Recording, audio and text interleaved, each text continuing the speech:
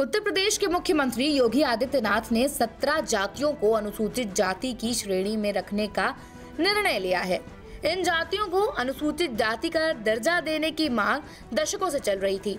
समय समय पर कई राजनीतिक दलों ने असीसी कोशिश भी की, किंतु नाकाम रहे। मौका देखते ही योगी आदित्यनाथ ने इसे भी अपने पक्ष में भुना लिया। अब अगर इसे राजनीतिक दृष्टिकोण से देखा जाए तो भारतीय जनता पार्टी को इसका फायदा भी हो सकता है। सूबे के मुखिया के फैसले से अब दूसरी दलित जातियों के साथ साथ 17 अति पिछड़ी जातियां, जिनमें कहार, केवट, मल्ला, निषाद, कुम्हार, कश्यप, बिंद, प्रजापति, धीवर, भर, राजभर, ढीमर, बाथम, तुरहा, मांझी, मछुआ और गोडिया अब अनुसूचित जाति का सर्टिफिकेट प्राप्त कर सकती हैं।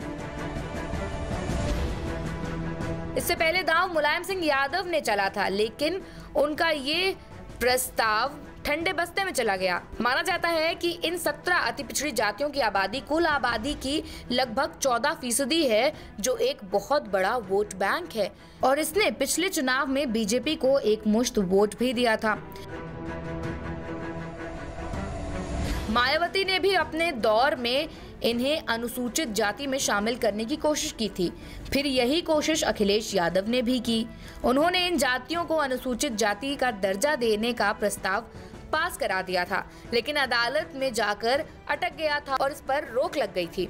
अब अदालत ने प्रस्ताव पर लगाई अपनी रोक हटा दी है और इन 17 जातियों के अनुसूचित जाति का सर्टिफिकेट पाने का रास्ता साफ हो गया है। चाहे निषाद पार्टी हो या फिर सुहेलदेव भारतीय समाज पार्टी, इन दोनों पार्टियों के लिए इन मुद्दों पर सियासत करना आसान नहीं होगा। मतलब साफ है, अब चाहे सुहेलदेव भारतीय समाज पार्टी हो या निषाद पार्टी, इस मुद्दे पर राजनीति कोई भी नहीं कर पाएगा। लेकिन इसका अगर दूसरा पक्ष देखा जाए तो भाजपा को इसका नुकसान भी उठाना पड़ सकता है।